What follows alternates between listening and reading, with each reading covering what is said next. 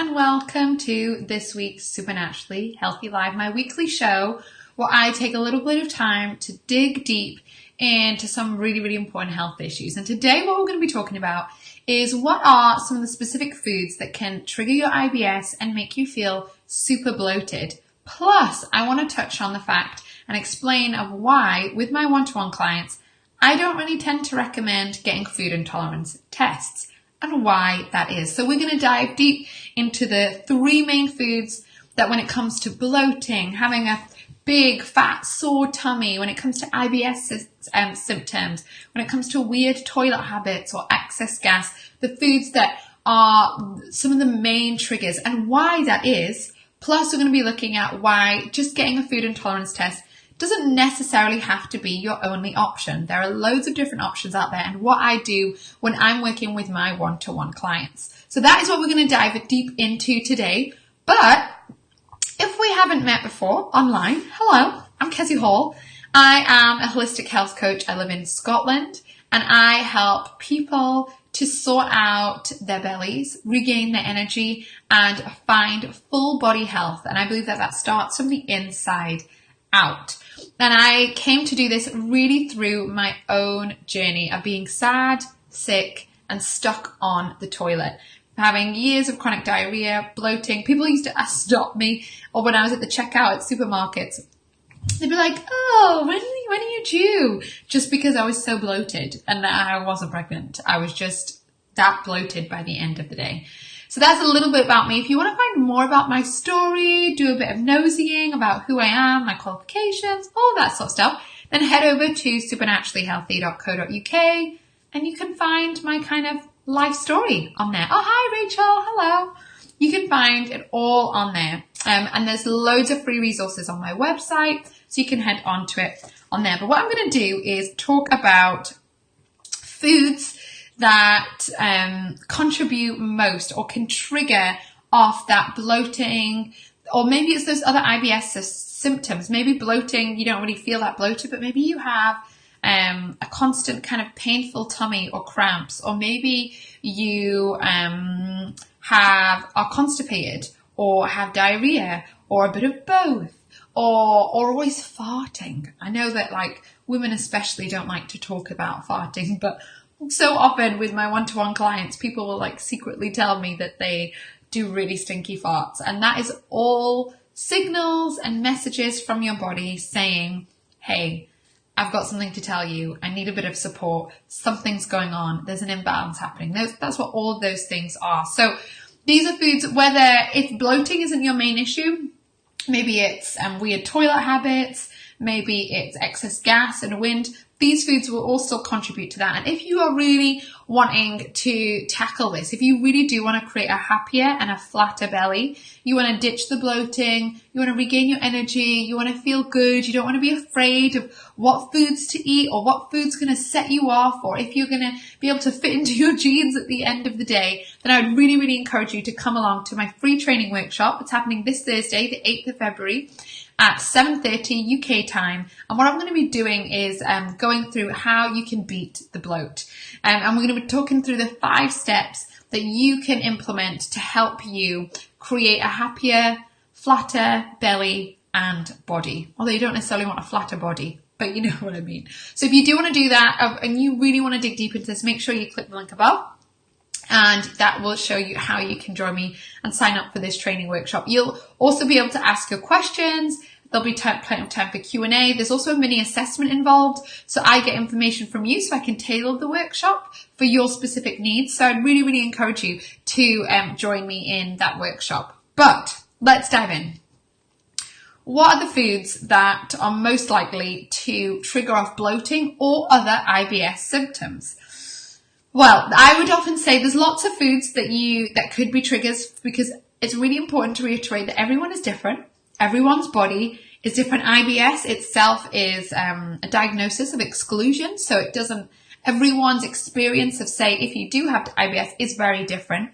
And everyone's reason for being bloated is also quite different. So, but in general, from working with clients over the several years, I've discovered that there's these 3 foods that are most likely. If I've got a client who is really struggling, these are the 3 foods we'll tackle first, and then we'll get a little bit more nuanced with maybe some other different types of foods that could be irritating their specific kind of gut and digestive system. So the 3 foods are, we've got gluten/wheat, which I'll explain the difference for those, dairy, and then refined sugars. So those are the 3 foods that can either trigger IBS in people, they might, trigger bloating, all of these different things. Now, I'm not saying that there's not other food. For some people, onions are a big trigger, garlic. For other people, it's nightshades like aubergine or tomatoes. For other people, it's maybe things like eggs or nuts. There can be loads and loads of food. Basically, any food can set you off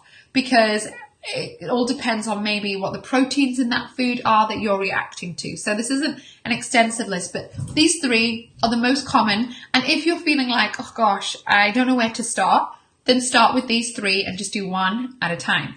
So wheat and gluten. Now, wheat and gluten are 2 different things. So wheat is a grain. So it's a type of grain, just like rye, just like rice. That's a type of grain.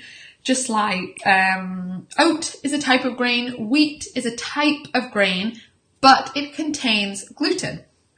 So wheat, it's a grain, and it's often because we eat so much of it, people find it really difficult to digest. It's highly processed. Often it's genetically modified. It can be really difficult for our bodies to digest. Gluten is a protein that is found in lots of grains. So wheat is a grain. Wheat, it's its own grain. Gluten is a protein that is found in grains. So it's found in wheat as well as rye. So that is the difference. And for many people, ditching gluten can be really, really helpful. And I tend to encourage everyone to just do a 30-day gluten experiment. Just do it as an experiment. Just see how you feel. If it makes no difference, that's fine. There's no point in eliminating food just for kicks. Like, totally no point whatsoever. But it's an experiment. It's just to see, just to do a bit of detective work, just to see, do you feel better without it? And I would really recommend, if you're really struggling with, you feel like your bloating is awful, your IBS, your toilet habits, you're feeling exhausted, your energy is totally depleted, your stress tolerance has crashed, I'd really recommend you do 30 days without gluten and just see how you feel. If you feel better, then it's a sign to carry on.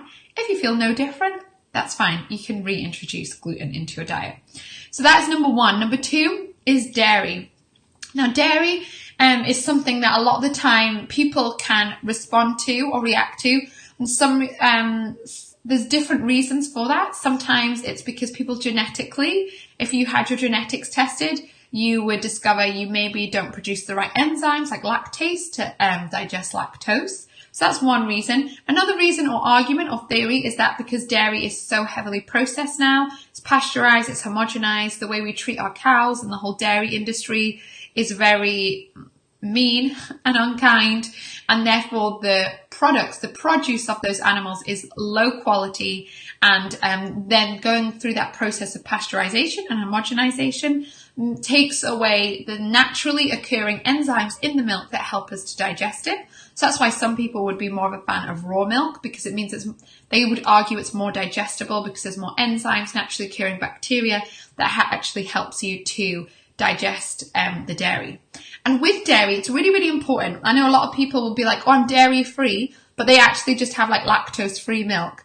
But there's 2 elements of dairy that can trigger off IBS and bloating and other symptoms. And that is 1, the sugar in dairy, which is lactose. Lactose is a sugar that is in dairy that makes it taste nice and sweet. And that's why we like it so much. And that's something you can react to. But you can also react to a protein in dairy as well, which is called casein. Now, casein isn't a sugar, it's a protein in how it's in its kind of molecular structure, and that can also cause us problems. So it's not necessarily enough to just go on lactose-free milk, because you might actually be reacting to the casein, not the lactose. So again, really simple. This is really helpful, especially if people have feel like they have really bad sinuses or mucus issues, if they feel stuffed up a lot, or if they feel like their stools, their poo is really runny, they tend towards more diarrhea, kind of urgency, runny poo, all of that sort of stuff, then starting with, again, another dairy-free experiment, taking 30 days, removing dairy completely from your diet and just seeing if you feel better. And food number 3 is sugar. Now, the reason that this can be, it can trigger bloating and IBS type symptoms isn't the same as gluten, wheat and dairy. This is more that sugar can fuel the problem. So most people are not going to have, start to get bloating directly from eating sugar itself, although some people do. What you're probably how sugar contributes to the picture is that for a lot of the time, if you have IBS or bloating, it's because the gut flora or the ecosystem of your intestines is not right, meaning you've maybe got more bad bacteria than you have good bacteria. And bad bacteria loves sugar. And sugar is what feeds the bad bacteria. What means it multiplies and grows. So the more sugar you eat, the more of this bad bacteria is going to grow and grow and grow and take control of your intestines, of your digestive system. So sugar actually, if we're eating loads of refined sugars, and you might find if you feel like you have a really strong sweet craving, like you have a really big sweet tooth, there we go. If you feel like you have a really big sweet tooth, sorry, then it might not be quote unquote your fault. If you have lots of this bacteria in your, say, large intestine especially, some people think that it can actually cause you to have increased sugar cravings. So it's really, really important that we manage our approach to sugar. Doesn't mean you're never going to eat cake again or eat chocolate again, because that would be sad. But it does mean that we need to ditch any sugar addictions that we have, because I do think that is totally possible. Rebalance our gut flora so that we get the good guys in charge, so that we naturally just crave less sugar. As an ex-sugar addict, I can tell you now, I genuinely do not crave sugar the way that I used to. I can easily say no to a cake because I don't have to have it. If I want to eat it, I'll eat it because it's fun or I'm out with friends. But the actual the need for sugar has completely gone. And I know that if you had told me that 10 years ago, I'd have been like, shut your face, that's not possible. Like, I need those giant chocolate buttons.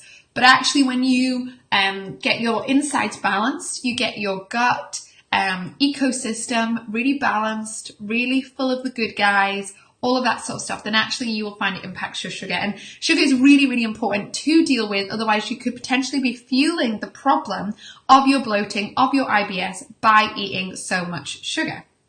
So those are your 3 foods that I tend to find are the most common triggers for people's IBS, for their bloating.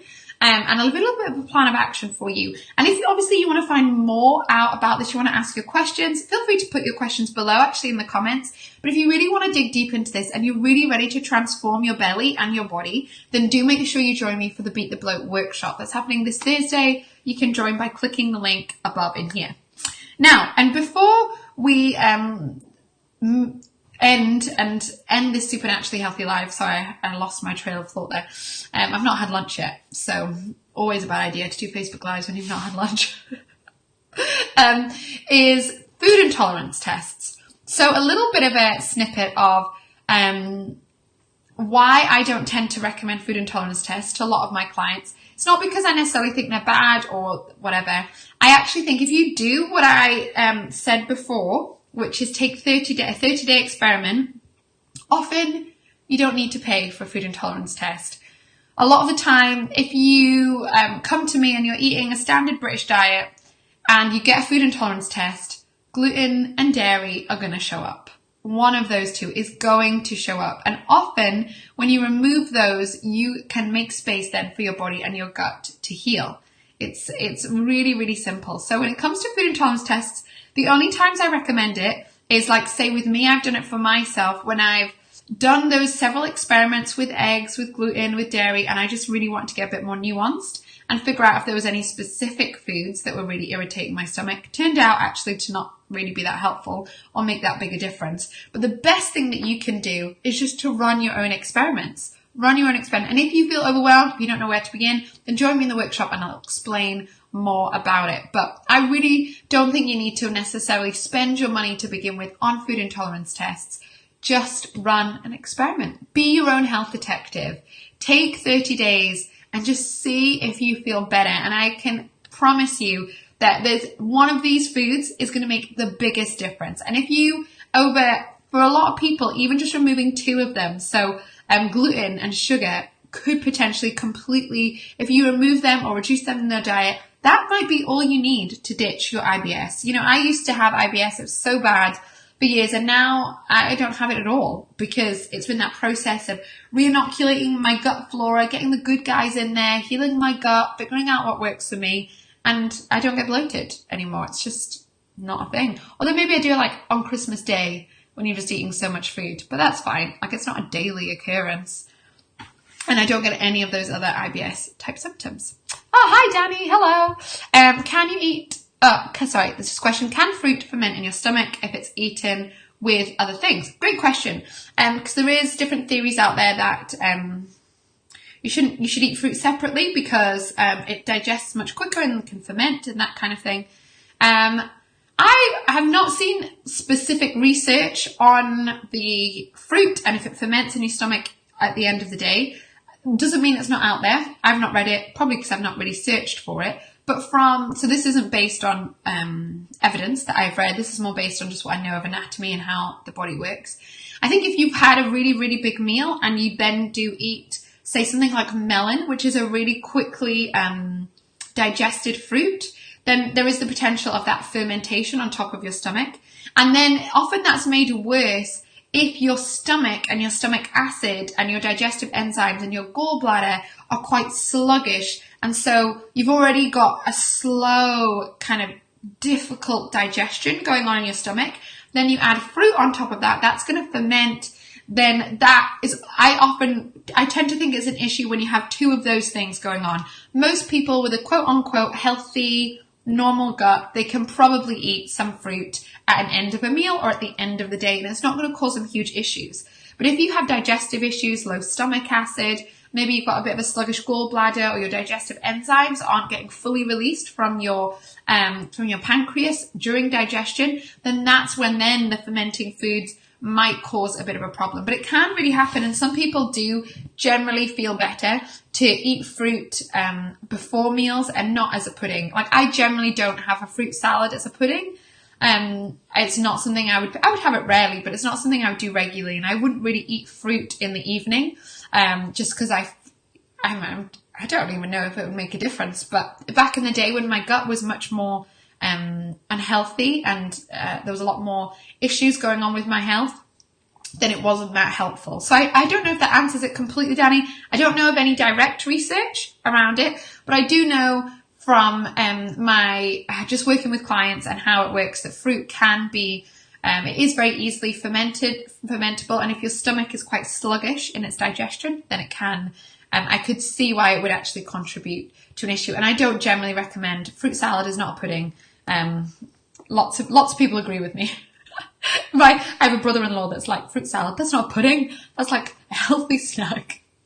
So the best things is not to have loads of fruit at the end of the day. And I have some clients that find it much better to eat fruit at the start of the day, and then and the rest of the day it's maybe too much sugar or whatever. So you've got to figure out what works for you. But I hope that is helpful.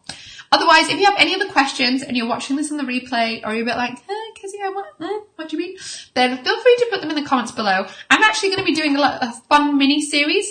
So I normally do one Supernaturally Healthy Live show a week on Tuesdays at 1 o'clock, which is today. But I'm also going to be hopping on Wednesday and Thursday at 1 o'clock and really diving more into IBS, leaky gut, and bloating. So join me either on Wednesday or on Thursday of this week at 1 o'clock here on Facebook Live, because I'll be hopping on for another free workshop. Otherwise, do make sure you join me for the Beat the Bloat training workshop. This is going to be a super in-depth workshop with some great resources where I'm going to be sharing with you the 5 steps where you can beat the bloat and your IBS, if you have it, for good. I'm going to be telling you what I've done with tons of my clients that have shifted them from sad, sick and bloated and stuck on the toilet to healthy, happy, with happy flat bellies. So I'm going to be sharing that in the workshop. So make sure you join it if you want to know more. Otherwise, have a brilliant, brilliant day. Let me know any questions you have.